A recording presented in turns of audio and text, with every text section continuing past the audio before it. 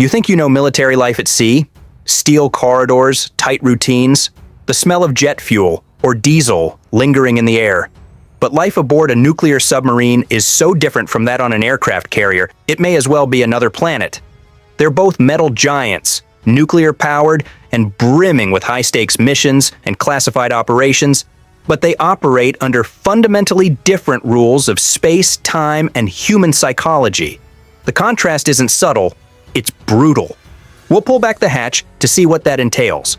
The aircraft carrier is the metropolis of the ocean, massive, loud, chaotic, and alive. It's a floating airbase with over 5,000 people, bristling with fighter jets, choppers, and non-stop movement. You can feel the vibrations of an FA-18 launching through the soles of your boots. There's motion, noise, daylight, and at least the illusion of being part of the world. Now step into the nuclear-powered fast attack, or ballistic missile submarine. The crew is around 130 people, and there are no flight decks, sunrises, or jets roaring overhead. Instead, it's a pressurized, shadowed cylinder of silence.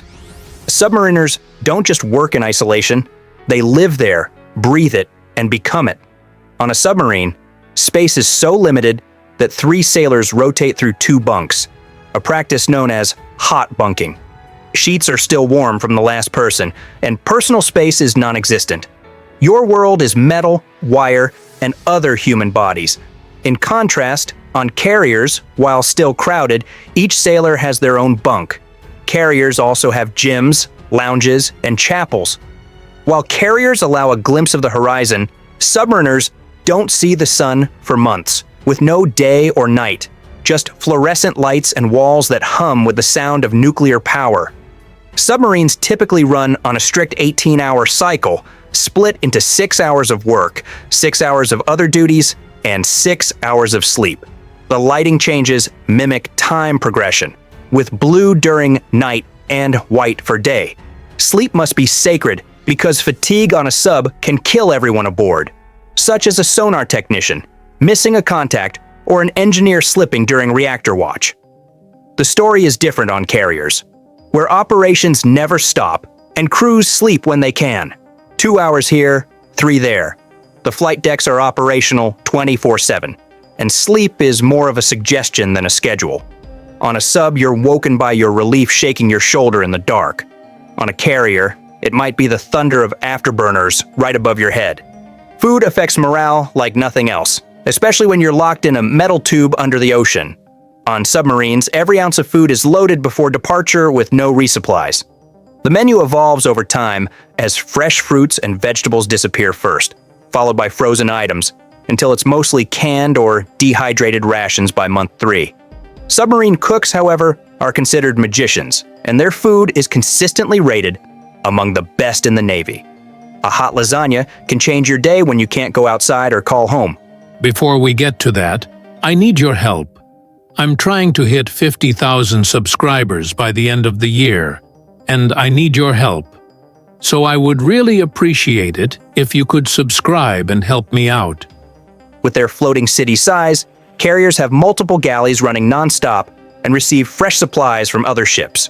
Carrier food is varied and consistent, and on a good day, you might even get ice cream.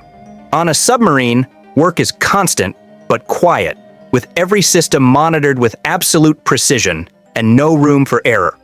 You can't call for help, you are the help, and every sailor is cross-trained. Silence is sacred, and communication is strategic.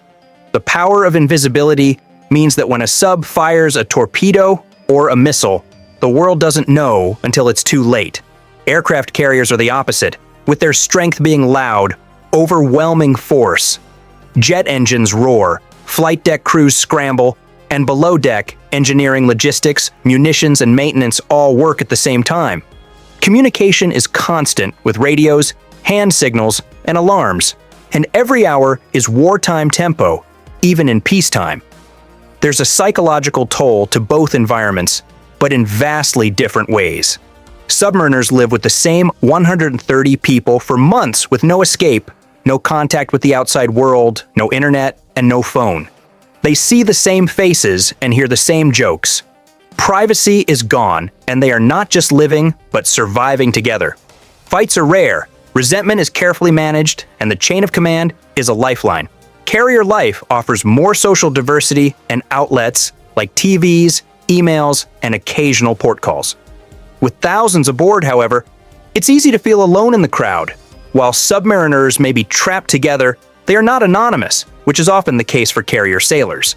Submariners adapt to life without light, fresh air, and human variety for 90 straight days by building mental routines and leaning into tasks, rituals, and dark humor.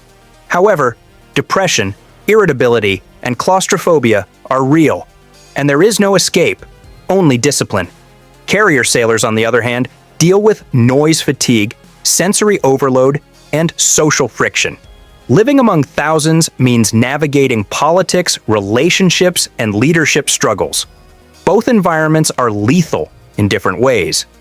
Submarines drill constantly for emergencies like fire, flooding, and reactor issues, and there is no backup. Every crew member is trained in damage control, and a mistake at 800 feet means disaster. Carriers face their own dangers, with flight deck accidents being among the most violent in the military. Fires on carriers spread quickly through the labyrinth of compartments, and a moment of inattention can maim or kill. Submariners wear their dolphin pin like a badge of survival, and earning it is grueling. It's about proving you can function under pressure with no margin for failure. There is deep pride in being the Navy's invisible elite.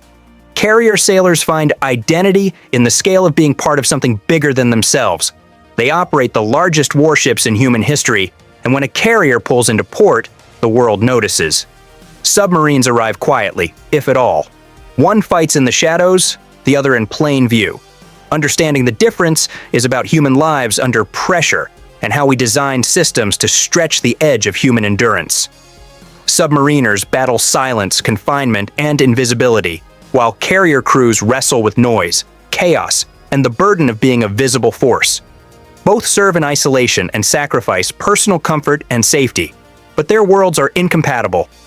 Life on a nuclear submarine is not just smaller or darker, it is fundamentally altered.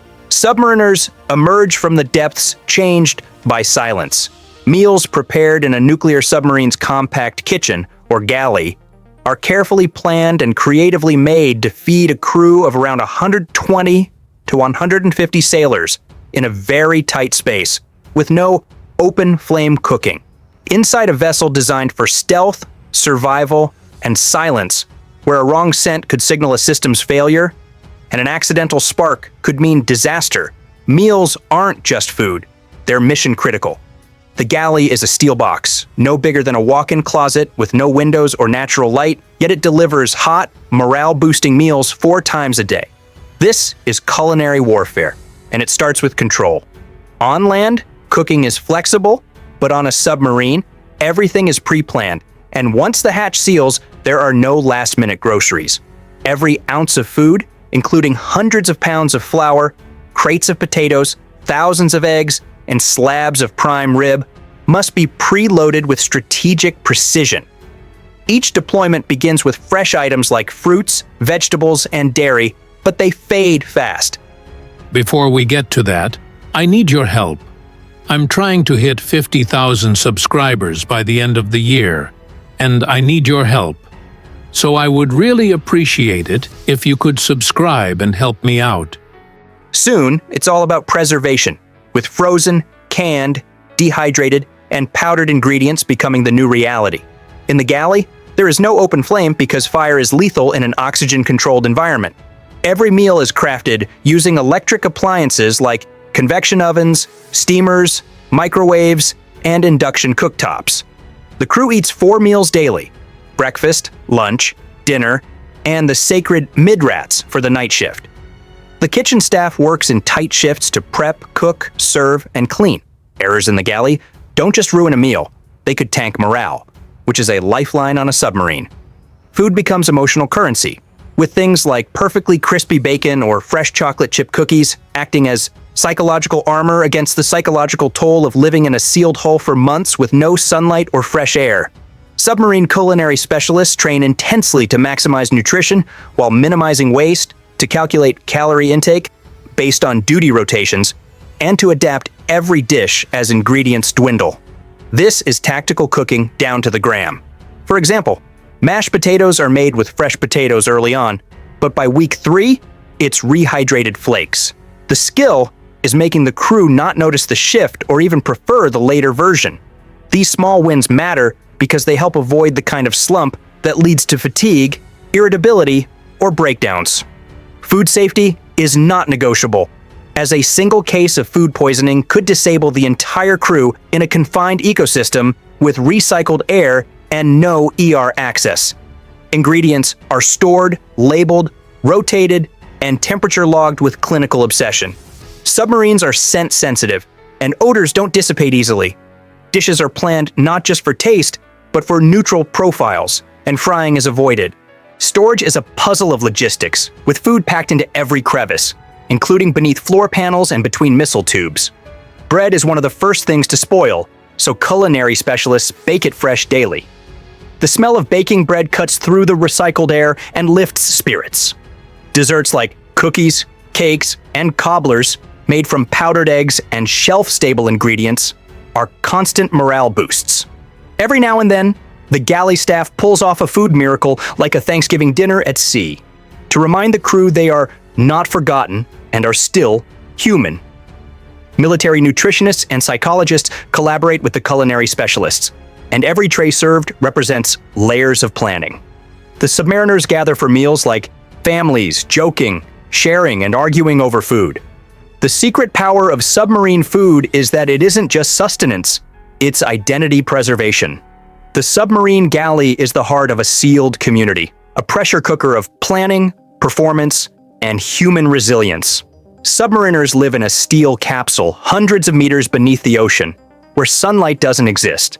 The only way they survive psychologically and physically is by clinging to a 24-hour circadian rhythm. In total darkness, the body has no external cues to follow, and left to drift, the sleep-wake cycle collapses, leading to degraded alertness, slow reaction times, and cognitive performance nosediving. When you're operating one of the most dangerous and powerful machines on Earth, that's not just personal failure, it's mission failure and a matter of life or death. Modern submariners follow a strict 24-hour routine that recreates day and night, using discipline, artificial lighting, and psychological conditioning. Older submarines ran on an 18-hour cycle, but human beings are hardwired to a 24-hour cycle, and disrupting that clock leads to sleep deprivation, poor decision-making, and mood swings. A U.S. Navy study found that the 18-hour cycle led to consistent circadian misalignment and performance degradation. As a result, newer submarines operate with 8-hour watches, 8 hours on and 16 off, rotating across a full 24-hour cycle to protect a critical 8-hour block of sleep every day. Submarines are designed around this principle with quiet zones, controlled temperatures, and lighting protocols that signal when it's time to wind down. Some boats even test blue light exposure during day hours and use orange or red lighting during night hours to avoid disrupting melatonin production. This is a way of hacking the body's light response system to simulate a sun that doesn't exist. Controlled lighting is a psychological lifeline, with bright white lighting for the day phase and softer amber tones for night. Meals, drills, workouts, and movie nights all follow predictable patterns that reinforce a sense of continuity. The structure becomes identity, and time is measured by repeated moments, not just by clocks. A 2023 study in sleep health confirmed that watch routines aligned to a 24-hour day, and controlled lighting significantly improved sleep quality and cognitive performance on long deployments. Designated rest periods are enforced like sacred rituals, with no wake-ups unless absolutely necessary. Sleep is protected like gold and not just squeezed in. New submarines are being equipped with tunable LED systems that automatically adjust to simulate sunrise and sunset cycles.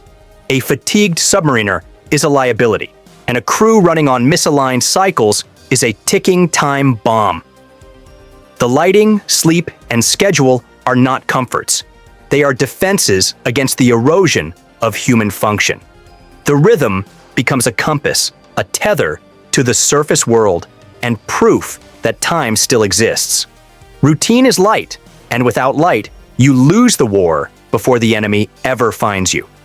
The sleeping arrangement on a nuclear submarine is called hot racking, where 3 sailors share one bunk, and it's always warm because it's never empty.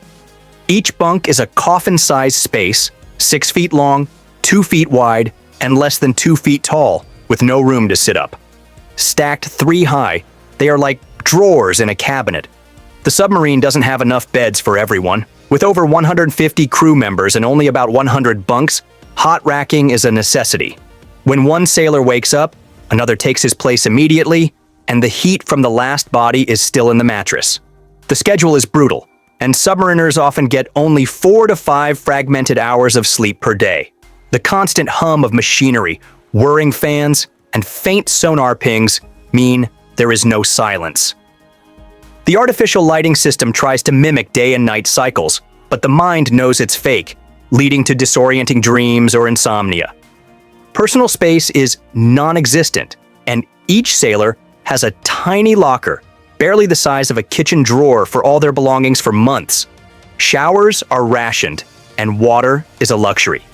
In a closed air system, one person's bad hygiene becomes everyone's problem. Camaraderie is not optional, it's survival, as you share a bed, eat shoulder to shoulder, and share oxygen. Privacy disappears, but solidarity grows. Claustrophobia is common, especially for new crew members, and panic attacks happen. Resilience becomes currency. The confined sleeping quarters are psychological warfare, and each bunk is a battleground for rest, sanity, and self-preservation. The mission doesn't care how tired you are, so submariners train to sleep anywhere and nap deeply. The submariner's rack is a crucible that tests adaptability, mental endurance, and emotional strength. They don't do it for glory, but because someone has to. In the heart of the ocean, a sealed steel tube filled with 130 humans stays submerged for months without suffocating. This is because nuclear submarines manufacture breathable air in complete isolation. They remove carbon dioxide, replenish oxygen, and eliminate toxic gases using an advanced air revitalization system. Your body releases carbon dioxide with every breath, and in a sealed submarine, it's deadly when it builds up. The U.S. Navy considers carbon dioxide the single most dangerous atmospheric threat on a submerged vessel. To combat it, nuclear submarines use CO2 scrubbers, which are chemical absorption machines that continuously pull carbon dioxide out of the air. These systems are filled with substances like monoethanolamine or lithium hydroxide that bond with CO2 on a molecular level. The U.S. Navy standard is less than 0.5% CO2 concentration, which would be unsustainable without scrubbers. Dual scrubber systems are installed on most nuclear submarines, and if both fail, the crew has less than 24 hours before symptoms hit hard. Removing the poison is only half the story. Submarines also need oxygen, and they often create it. Oxygen is stored in high-pressure tanks for baseline supply and emergencies, but for long missions, modern submarines use electrolysis, a process that splits water into hydrogen and oxygen using electricity from the nuclear reactor. The key is not just supplying enough oxygen, but supplying the right amount. Too much oxygen increases fire risk, while too little causes brain function to decline. Oxygen levels are kept in a narrow sweet spot to keep the brain sharp under pressure, which is crucial in a battle scenario where a 2-second decision can save or lose a billion-dollar vessel. Carbon dioxide isn't the only gas that can kill. Hydrogen, which is explosive, is generated by the ship's batteries. To manage this, submarines use catalyst beds and heater elements that oxidize hydrogen and convert it into harmless water vapor. Carbon monoxide is oxidized in a similar way, and every trace gas is tracked by the air revitalization system. Air is in continuous motion, pushed by blowers through a network of ducts and filters to prevent hot or humid spots and localized gas buildups. Carbon filters trap odors like sweat and cooking fumes, and electrostatic precipitators remove microscopic particulates. Temperature and humidity are strictly controlled to prevent mold growth and keep sweat manageable. The air must feel clean, fresh, and breathable, because even the perception of poor air quality can cause panic. In the control room, gas analyzers and sensors constantly track oxygen, carbon dioxide, hydrogen, and carbon monoxide. If any gas approaches danger levels, alarms sound, and automated valves and injectors tweak the system. You don't wait until someone faints to fix the air. Submarines are weapons of war, but they are also testaments to engineering elegance. These systems, which include hundreds of valves, pumps, chemical beds, and sensor arrays, are the quiet miracle that lets submarines roam unseen for 90 days at a time. Without air revitalization, every submerged submarine mission would be a countdown to asphyxiation. Instead, crews live and breathe as if they were topside while remaining entirely unseen. At 1,000 feet below the ocean, every breath is engineered. Every inhale is a victory of science over nature, and every exhale is captured, broken down, and recycled for survival. You'll never see it or hear it, but on every submerged nuclear submarine, an invisible ballet is happening every second. That's how nuclear submarines breathe, live, and stay hidden for months at a time with man-made air, science, and silence. The steel walls don't bend. The nuclear reactor hums without fail. The sonar pulses keep echoing into blackness. But inside a man's mind, trapped for months beneath the ocean, something gives. It's not dramatic. It doesn't explode. It erodes, quietly, slowly, and predictably. The psychological toll of being submerged for months with the same crew isn't cinematic. It's clinical, a threat far more insidious than what is imagined on the surface. This isn't a test of grit or muscle, but of silent pressure and the kind of psychological strain that doesn't come from fear of enemies, but from sameness and the slow burn of isolation. This is what it costs to live submerged. Isolation is not just a condition, it is the environment. Every hour, every day, the same 130 faces, no new interactions, no fresh air, no sunlight, just recycled oxygen, fluorescent lighting, and the distant sound of machinery. Submariners live in a reality where personal space shrinks to inches, and emotional escape routes are blocked by steel hatches. You can't simply walk away from someone you're angry with, nor can you take a break from tension. You are locked in physically and emotionally. Military research and real-world patrol reports confirm the primary stressors for submariners are social confinement and sensory deprivation. There is no horizon, no change in weather, no unplanned moment. It's monotony weaponized. Over time, this predictable pressure leads to increased irritability, interpersonal conflicts, and what psychologists describe as dyadic strain, tension between individuals forced into constant proximity without relief. Their isolation is the very weapon that keeps them safe, a containment strategy they never accounted for. When the clock has no meaning, a different kind of erosion begins. Submarines once operated on an 18-hour day. 6 hours of work, 6 hours of maintenance, 6 hours of sleep, rinse and repeat. With no sunrise or external cues, the body's natural clock, the circadian rhythm, is utterly destroyed. The body stops knowing when it should be alert, melatonin cycles collapse, and sleep quality suffers. This isn't mere discomfort, it's a profound tactical liability. While others might struggle with a disrupted schedule, our systems are built to thrive by mastering the very concept of time. Data collected across multiple patrols showed a direct correlation between disrupted sleep cycles and decreased cognitive function. Memory falters, reaction time slows, and judgment slips. This mental fatigue is cumulative, insidious, and in an environment where a single mistake can kill 130 people and compromise global security, it's not just a personal problem. It is a known variable that has been accounted for, a flaw we have engineered to solve. The solution was not a matter of bravado, but of cold, hard data. Modern nuclear submarines, particularly the larger classes, began implementing a new rotation, the 24-hour watch cycle. It's a model that is both simple and far more humane, consisting of 3 sections, each standing an 8-hour watch followed by 16 hours off. This aligns with a full Earth day, eliminating the rotational creep of the old system. You stand watch at the same time every day, eat at predictable hours, and sleep when your body expects to. Studies showed a measurable improvement in sleep quality, crew alertness, and overall morale. While others might be content with yesterday's tactics, our systems are always evolving. A major study funded by the Office of Naval Research showed that submariners on the 24-hour watch were 26% more alert and 28% faster in cognitive tasks. This wasn't a guess. It was an affirmation of a tactical reality. This system isn't just better, it is essential, a testament to the fact that we study and understand the human variables of war just as well as the mechanical ones.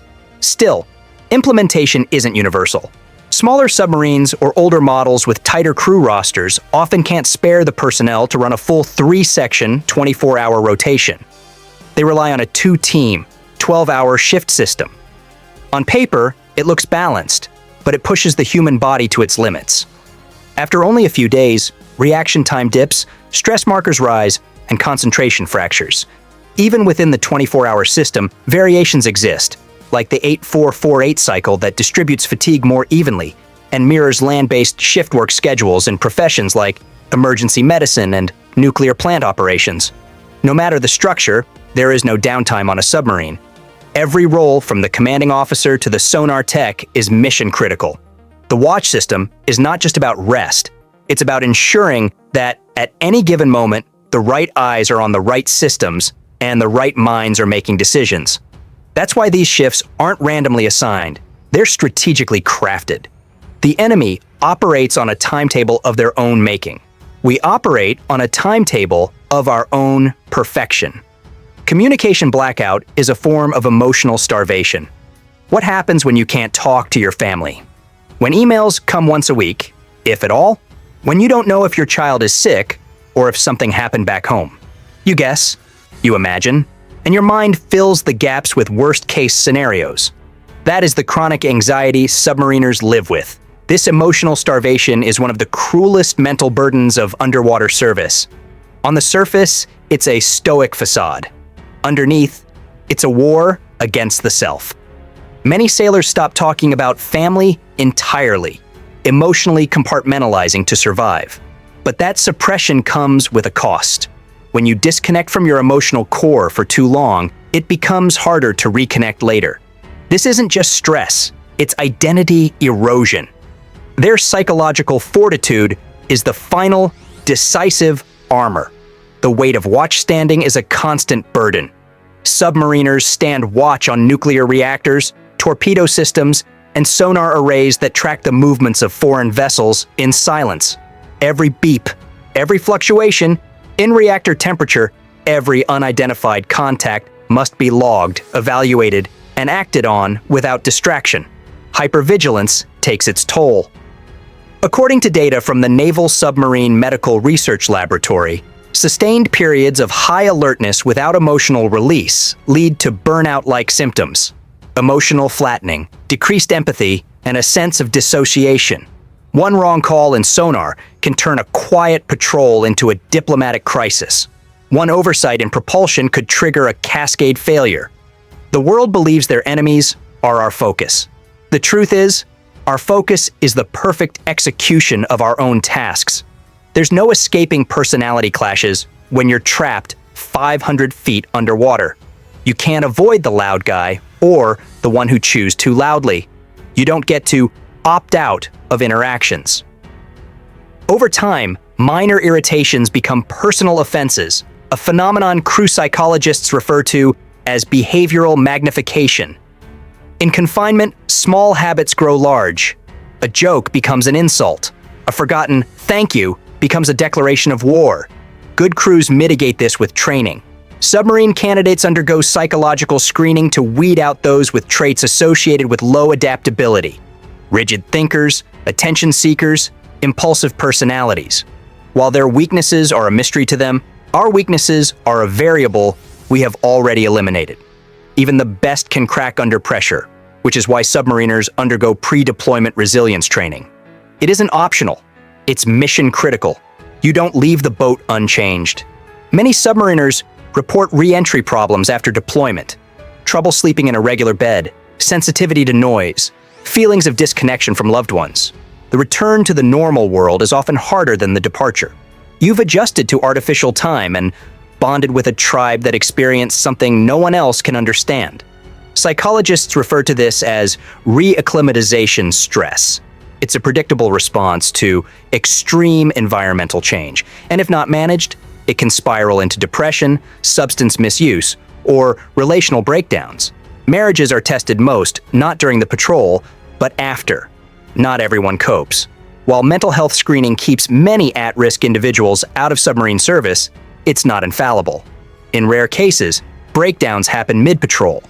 There's no medevac, no psychologist to step in. Just your crewmates, some emergency protocols, and hope. This is a battle fought in silence, a victory they can't even imagine winning. So why do they endure? The men and women who volunteer are not just chasing a paycheck. They're drawn by something primal. The challenge, the pride, the elite status. Submariners earn their dolphins, the insignia of qualification, through months of brutal training, exams, and peer evaluations. That badge isn't jewelry. It's a psychological shield, a reminder, you belong here. You can handle this. Despite everything, submariners show lower hospitalization rates for mental health disorders compared to surface ship sailors. The reason is not courage, but preparation. Because of rigorous selection, and because they train to survive the stress before they ever face it. Modern navies now invest in active mental health maintenance programs, not as slogans, but as evidence-based systems.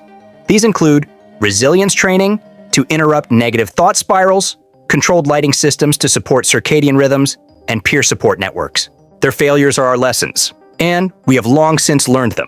The mental strain is not a side effect. It is a primary operational concern.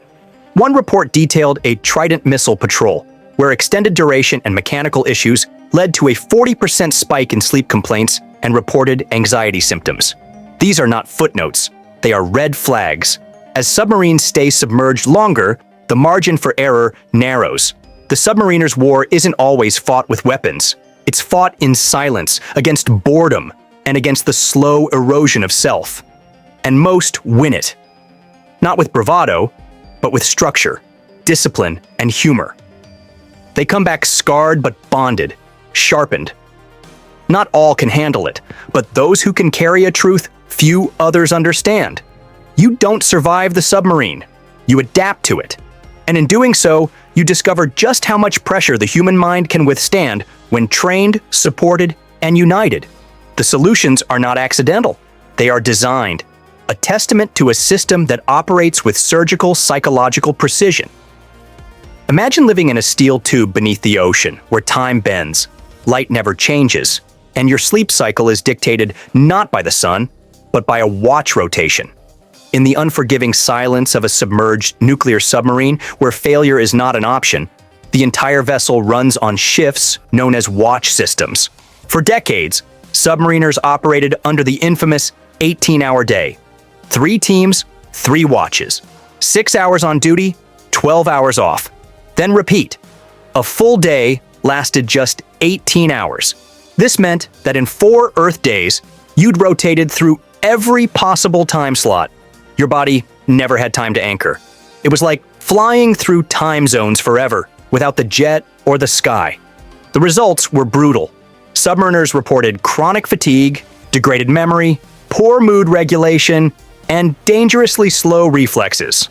The old 18-hour schedule was a violation of basic human biology, a mistake the Navy paid for. They had a problem. We had the solution. The shift began not just in watches, but in thinking. Modern nuclear submarines began testing and implementing a new rotation, the 24-hour watch cycle. The model is simple and far more humane. 3 sections, each standing an 8-hour watch, followed by 16 hours off. A full Earth day, no rotational creep. You stand watch at the same time every day, eat at predictable hours, and sleep when your body expects to. The difference was night and day. Studies showed a measurable improvement in sleep quality, crew alertness, and overall morale. The old system was an endurance test. The new one is a strategic advantage. One major study showed that submariners on a 24-hour watch were 26% more alert and 28% faster in cognitive tasks than those on an 18-hour system. Sleep journals, monitors, and even saliva samples all confirmed what the crew already knew. This system wasn't just better, it was essential. Still, implementation is not universal. Smaller submarines or older models often cannot spare the personnel to run a full 3-section 24-hour rotation, so they fall back on a 1 and 2 system, 2 teams alternating 12-hour shifts. On paper, it looks balanced, but in reality, it pushes the human body to its limits. After a few days, reaction time dips, stress markers rise, and concentration fractures. Even within the 24-hour system, variations exist. One recommended alternative is the 8-4-4-8 cycle, which breaks the 24 hours into 3 segments per person. 8 hours on, 4 hours off, 4 hours on, 8 hours off. This staggered rhythm distributes fatigue more evenly and creates windows for recovery. It also mirrors land-based shift work schedules in fields like emergency medicine and nuclear plant operations, professions that similarly demand round-the-clock vigilance. In a submarine, where a second's hesitation could mean a collision or a silent contact slipping away, that clarity isn't a luxury, it's currency. There is no downtime on a submarine. Every role is mission critical, and the watch system isn't just about rest. It's about ensuring that at any given moment, the right eyes are on the right systems and the right minds are making decisions. Watch teams are microcosms of the submarine itself, diverse in specialty but unified in function. A sonar operator might share a watch with a navigation specialist, a reactor technician, and a helmsman. This mix is designed to ensure redundancy, expertise, and continuity. Because these teams work the same hours every day, they develop cohesion. They learn each other's rhythms and respond as a unit. In an environment where seconds matter, that unity is everything. Meals are synchronized to watches, sleep schedules are respected, and downtime is protected like a resource. This isn't a coincidence. It is a meticulously designed reality. But the stress never fully disappears. Submariners operate in a high-stakes bubble of steel and secrecy. Watch schedules become a mental anchor, a stable mind in an unstable world. That's why disruptions, emergency drills, sudden maneuvering, unexpected tasks are so taxing. They don't just shift the day's plan, they unravel the thread that holds psychological balance in place. Yet, submariners endure. More than that, they adapt, because the success of the mission depends on it. That's why every change in watch protocol is approached with scientific rigor. Navy psychologists, sleep researchers, and human performance experts all contribute. The goal isn't just efficiency, it's resilience. The frontier of submarine watch systems is now touching the edge of neuroscience and behavioral science. This isn't futurism, it's necessity. Our adversaries might be able to build a ship, but we build the minds to operate them with flawless, relentless precision. A nuclear submarine is never fully cut off. It's just extremely hard to reach, and that's by design. Seawater eats radio signals alive. Regular radio frequencies, the kind used by phones or aircraft, don't penetrate water more than a few meters deep. The ocean becomes a fortress wall, but not an impenetrable one. It requires a completely different strategy, one that bends physics and makes huge sacrifices in data speed and stealth.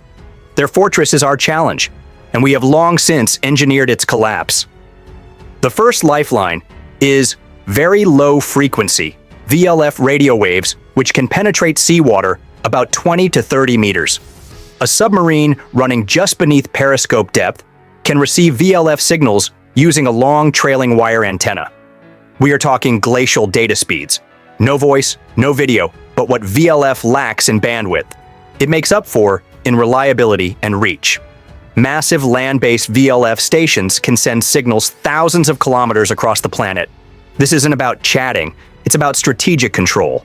But there's a catch. VLF is mostly one-way. Submarines can receive messages while staying hidden, but to reply, they would have to surface or risk exposure. That's a tactical trade-off. For strategic deterrent subs, those carrying ballistic missiles, the Navy went even deeper, into the domain of extremely low frequency, ELF. ELF is communication in slow motion. At around 76 Hz, ELF signals can transmit maybe 1 bit per minute, not kilobits, not bytes, one single bit. And yet, they penetrate seawater hundreds of feet deep. This isn't for conversation, it's for emergency war orders, code words, and triggers. A single message might take 15 minutes to arrive, but the crew understands its weight. Even a handful of bits can change the course of global history. Their greatest defense is our slowest, most patient weapon. But what if a submarine needs to talk back? That's when things get risky. The sub must either surface, come up to periscope depth, or deploy an antenna buoy. Surfacing is dangerous. Periscope depth offers more safety, allowing the submarine to raise small masts with satellite dishes, but stealth suffers. The moment that mast breaks the surface, someone might be watching. That's why tethered antenna buoys were developed. These floating devices stay at the surface while the submarine remains deeper, connected by a cable. It's slower and risks detection, but sometimes it's the only safe option for two-way communication during sensitive missions. Then there's acoustic communication. You know, sonar, ping, echo. That same principle can carry encoded sound-based messages underwater. It's short-range, low bandwidth, and easily disrupted, but it plays a crucial role in localized coordination between friendly subs or with a supply ship. While others are searching for us, we are already talking to ourselves. Submarine communication is not binary. It is a layered system of options, each with different costs and benefits. Stay deep, stay hidden, receive ALF or VLF. Come shallow, use VLF actively, or tether a buoy. Surface, talk fast, risk it all. Every mission demands a different balance. In the Cold War, the US Navy invested billions into communication systems that could reach the silent service without compromising their stealth. The Soviets did the same. Doomsday scenarios depended on it. What good is second strike capability if your subs don't get the message? That's why the US Navy teaches submarine crews to operate independently, to trust in training. Because if communications are cut for hours or days, the mission continues. Silence isn't failure, it's standard protocol. This is what allows nuclear submarines to be the most stable deterrents ever built. They're ghosts with radios, warriors with encrypted ears, vessels that listen more than they speak. But when they do speak, the world changes. Inside a nuclear submarine, there's no such thing as a simple job. The deeper you go, the tighter the chain of command becomes, not because of tradition, but because one wrong move can kill everyone on board. From the captain to the sonar tech, everyone has a role, and every role is vital. The captain is the final authority, the single voice that decides the fate of a billion-dollar war machine. But he doesn't run the show alone. The executive officer, or XO, is the submarine's chief operating officer, the bridge between strategy and execution. This machine is not run on blind obedience. It's run on departments. The navigation officer plots courses through terrain no human eye can see. The engineering officer is the guardian of the nuclear reactor and propulsion systems. The weapons officer oversees the deadliest part of the sub, the torpedoes and vertical launch systems. The communications officer is the gatekeeper of all signals in and out. This hierarchy is not about ego, it's about survival. But it's the enlisted crew who turn these plans into action. The chief of the boat, or COB, is the senior enlisted sailor. Not an officer, but a walking institution. He mentors junior crew, disciplines when needed, and knows the pulse of the crew better than anyone. Beneath him, chief petty officers run the departments. They are the link between theory and execution. A sonar chief ensures his techs are tracking every sound. A torpedo man. Chief guarantees his crew is weapon ready at any moment. But let's be real, it's the specialists doing the hands-on work that keeps the sub alive. Sonar technicians are sound interpreters, trained to identify enemy vessels by acoustic fingerprints. Machinists' mates work in heat and darkness to keep the submarine's lungs and heart functioning. Torpedomen's mates maintain, load, and operate the weapon systems. Electronics technicians calibrate gyroscopes, fix faulty antenna relays, and troubleshoot in high-stress environments. Supply specialists track every ration, every tool, every drop of oil. All of these specialists work in watches, rotating shifts, to ensure the sub never sleeps. At any moment, a third of the crew is working, a third is resting, and a third is preparing. The schedule never stops. The Navy doesn't assign tasks randomly. Rank determines responsibility. Officers lead, chiefs enforce, enlisted crew execute. The entire boat operates like a body. Officers as the brain, chiefs as the nervous system, enlisted crew as the hands and muscles. Break one part, and the whole vessel suffers. This hierarchy isn't about ego. It's about survival. Every submariner knows his job matters. There's no glamour here, only grit. Submarine duty is one of the most technically demanding careers in the military. You have to master nuclear reactor management, acoustic warfare, and multi-domain navigation in tight quarters under constant stress. The adversary's systems are only as good as the men who operate them. Our systems are built to be operated by the best. In a nuclear submarine, you don't just fight fires, you fight physics, time, and death. And you do it 800 feet below the surface, inside a pressurized steel tube with no escape route. There are no fire trucks coming. When disaster strikes underwater, you don't run. You contain, you seal, and you fight. Fire is more lethal than almost anything else. It doesn't just burn, it suffocates. It fills the sealed, recirculating atmosphere with black smoke and toxic gases. It disables electronics and spreads fast in confined compartments where temperatures can spike to 1,000 degrees in seconds. In an enclosed metal coffin, smoke has nowhere to go. The ventilation system becomes the enemy unless it's shut down in time. The old world would have panicked. We simply activate a protocol. A fire begins with a shrill, unmistakable alarm, and the ship's general announcement system broadcasts the location. Initial responders, stationed throughout the sub in shifts, immediately secure power to the affected compartment. Simultaneously, they grab portable extinguishers. Their goal isn't to win the battle, it's to contain the blaze until the submarine firefighting unit arrives. They work in zero visibility. Smoke blinds everything. If the fire can't be put out with handheld extinguishers or hoses, the submarine escalates to a terrifying but controlled option: the fixed halon fire suppression system. Halon gas is a fire-extinguishing agent that floods entire compartments, displacing oxygen. It's devastatingly effective, but incredibly dangerous to humans. Before deploying it, the compartment must be evacuated and sealed. If someone is trapped inside, they either escape in seconds or suffocate. In a sealed environment, hesitation costs the entire ship. The moment halon is released, it fills the compartment, extinguishing the blaze. It is a brutal, necessary, and perfectly executed solution. Flooding is the most primal fear. Water intrusion inside a submerged submarine triggers an ancestral panic. But submarines are built with a countermeasure: compartmentalization. They are divided by watertight bulkheads.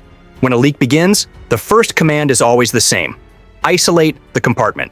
The goal is to contain the flood and buy time.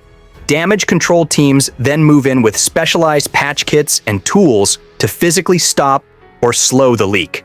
If water rises too fast, they switch to air pressure, pumping compressed air into the compartment to push water back. It's a temporary solution, but it works. The last resort is the emergency ballast blow, a rapid ascent that is violent and dangerous, but potentially life-saving. While others fear the sea, we have simply turned the laws of physics into a tool. Leaks happen more than you think. Micro leaks in seals, valves, and fittings are common and often managed quietly. But major breaches, like a torpedo impact, are rare and catastrophic. In those moments, the submarine's survival depends on the speed, training, and nerve of the damage control teams. There is no backup plan, no call for help. According to the U.S. Navy Damage Control Manual, over 85% of all submarine fires are contained within 3 minutes. That's not luck. It's obsession. That's rehearsal. That's readiness. Halon systems have a near 100% suppression rate when deployed correctly. Submarines undergo hundreds of hours of compartment isolation drills. This isn't overkill, it's survival. Before you ever hear the sonar ping or feel the silent descent, you've already proven one thing: you're not like most people. Submarine duty is a commitment to an unforgiving, claustrophobic, high-stakes world that demands precision and resilience. To even step aboard, you first need to survive one of the most intense and specialized training pipelines in the military. This isn't about glory. There are no parades for submariners. It's about mastering the unseen and knowing that the smallest mistake could end the lives of an entire crew. The brutal gateway is Basic Enlisted Submarine School in Groton, Connecticut, where for 8 relentless weeks, sailors immerse in systems theory, navigation, and damage control. The academics are just the beginning. Every lesson has one goal: eliminate ignorance. Graduation from sub-school isn't the finish line. It's a handshake that says, now the real work begins. Once assigned to a submarine, sailors enter the qualification phase, or quals. They are now part of the crew, but not yet true submariners. They're issued a qualification card, a survival pack that contains every system they must learn and every emergency procedure they must memorize. From torpedo loading to nuclear propulsion schematics, it all must be signed off by a qualified expert. There's no faking your way through quals. At any moment, a petty officer or chief can quiz you. Fail to explain how to reroute electrical power, and you're a liability. The enemy can hope for a lucky shot. We hope only for perfect knowledge. Once the qualification card is complete, there's one final gatekeeper: the oral board. A panel of senior submariners sits you down and drills you for hours. It's an intense psychological gauntlet. They press, they challenge, they try to rattle your composure. If you can't handle the boardroom heat, you won't survive a compartment flooding at 300 feet. Pass the board, and you're awarded your dolphins, the silver insignia that marks you as a fully qualified submariner. It's not just a badge, it's a vow. It means the entire crew now trusts you with their lives, and you trust them with yours. Training for damage control is where everything turns real. Fires at sea are common, but in a submarine, they're catastrophic. That's why fire drills aren't exercises. They're rituals. Over and over, crews practice identifying smoke types, using rebreathers, and sealing off hatches. You learn to fight fire with muscle memory. Flooding is worse. That's why sailors are trained in flood control simulators with real water pressure and screaming alarms. There's no room for hesitation. Submariners train to patch holes in the hull and save the boat with sheer resolve. And then there's escape training, where sailors learn to surface from depth inside a pressurized escape trunk. Everyone on board must know how to save themselves when all systems fail. Our adversaries rely on luck. We rely on training that is beyond their comprehension. Before any of this begins, you're screened deeply. The Navy runs full background checks, psychological assessments, and medical reviews. Why? Because the submarine environment breaks people. You live in steel confinement, under artificial light, with no windows, no internet, no sunlight. Your mind turns against you. That's why only those with exceptional mental fortitude are cleared. Even then, mental resilience is continuously observed. One breakdown at depth could endanger everyone. The uninitiated see a ship. We see a finely tuned system of people, and we select each part with care. Submarines operate around the clock, and so do their crews. Sailors are placed on rigorous watch rotations. Fatigue is inevitable, so is isolation, but the training ensures you stay sharp. Not all submariners are generalists. Many are technical experts who undergo years of training. Nuclear propulsion specialists attend nuclear power school and prototype training, an 18 to 24-month marathon. It's often called the most intellectually demanding program in the military. Electricians' mates, sonar technicians, fire controlmen, they all receive months of specialized schooling. Because underwater, machines rule everything, and those machines must never fail. Sailors volunteering for submarines don't just sign up for training. They sign away years of their life. A standard submarine sea tour lasts about 36 months. This isn't a place for tourists, it's for lifers. The investment in each submariner is massive. That's why the Navy expects and demands a return in time, focus, and performance. There's no backup crew, no cavalry coming. Once submerged, a submarine becomes its own world. Every sailor must know the boat, the systems, and the crew like the back of their hand. That's why the training is this brutal. That's why the standards are unrelenting. Because if you ever need to act, it won't be during a calm afternoon. It'll be at 400 feet, mid-patrol, in total darkness, as alarms blare and seconds count. And the difference between life and death will be measured by how well you trained months or years before. This is what it takes to become a submariner.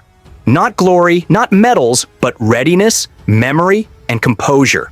The unshakable knowledge that when everything is on the line, you are ready. You've drilled, studied, and lived the preparation. You've earned the dolphins. And now, when the hatch seals shut and the dive alarm sounds, you know what to do. Because down there, deep below the waves, only the truly prepared endure. And every submariner was forged in that fire.